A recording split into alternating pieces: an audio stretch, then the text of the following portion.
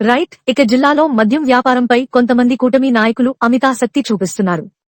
కొత్త పాలసీ ప్రకారం మద్యం దుకాణాలను ప్రైవేటు వ్యాపారులకు అప్పగించాలని ప్రభుత్వం నిర్ణయించడంతో బినామీ పేర్లలో వాటిని దక్కించుకుని మద్యం వ్యాపారాన్ని తమ గుప్పిట్లో పెట్టుకోవాలన్నది వారి ఆలోచనగా తెలుస్తోంది. దీనికి సహకరించాలంటూ ఎక్సైజ్ శాఖలో కొంతమంది అధికారులకు ఇప్పటికే ప్రతిపాదనలు పంపినట్టు ప్రచారం జరుగుతోంది. అంతేకాదు, ఇటీవల బదిలీల్లో సిఫారసుల లేఖలు ఇచ్చిన సందర్భంలోనే ఈ ప్రతిపాదనను వారి ముందుంచారని చెబుతున్నారు. మద్యం విక్రయాలపై రాష్ట్ర ప్రభుత్వం కొత్త పాలసీని అమలు చేసేందుకు నిర్ణయించింది. వైసీపీ ప్రభుత్వం ఏర్పాటు చేసిన ప్రభుత్వ మద్యం దుకాణాలను పూర్తిగా రద్దు చేసి ప్రైవేటు వ్యాపారులకు అప్పగించేలా కొత్త పాలసీని రూపొందించింది.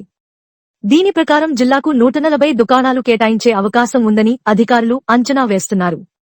అన్ని దుకాణాలను లాటరీ పద్ధతిలో కేటాయించేలా ప్రభుత్వం ప్రతిపాదనలు సిద్ధం చేసింది. దుకాణం కోసం దరఖాస్తు చేసుకునేవారు దరఖాస్తు ఫీజు కింద 2 లక్షలు చెల్లించాల్సి ఉంటుంది. దుకాణం దక్కని పక్షంలో ఆ మొత్తం తిరిగి వెనక్కి ఇవ్వరని కూడా స్పష్టం చేసింది. లైసెన్స్ ఫీజును ఏడాదిలో ఒకేసారి కాకుండా దశలవారీగా చెల్లించే వెసులుబాటును కల్పించడంతో దుకాణాలకు పోటీ ఎక్కువగా ఉంటుందని అధికారులు భావిస్తున్నారు. దక్కించుకునేందుకు ప్రయత్నాలు ఇదిలా ఉండగా జిల్లాలో మద్యం దుకాణాలను దక్కించుకునేందుకు కూటమి పార్టీలకు చెందిన పలువురు ప్రజాప్రతినిధులు, నేతలు ప్రయత్నాలు ముమ్మరం చేశారు.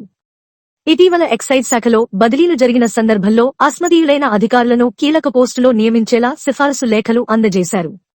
అదే సమయంలో దుకాణాలు తమకు వచ్చేలా సహకరించాలని కొందరు షరతు విధించినట్టు ప్రచారం జరుగుతోంది. బినామీలతో దుకాణాలకు దరఖాస్తు చేయిస్తామని, కీలకమైన ప్రాంతాల్లో షాపులు దక్కేలా సహకరించాలని వారిని కోరినట్టు చెబుతున్నారు.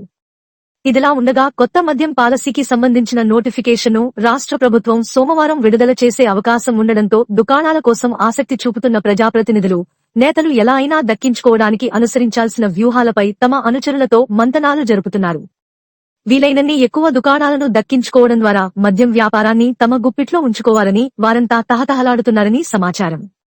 అయితే బయటకు మాత్రం సిండికేట్ పేరుతో కొందరు వ్యాపారులను తెరపై ఉంచి తెర వెనుక తమ ఆదేశాలు మాత్రమే అమలయ్యేలా వ్యూహాలు రచిస్తున్నారని ప్రచారం జరుగుతోంది.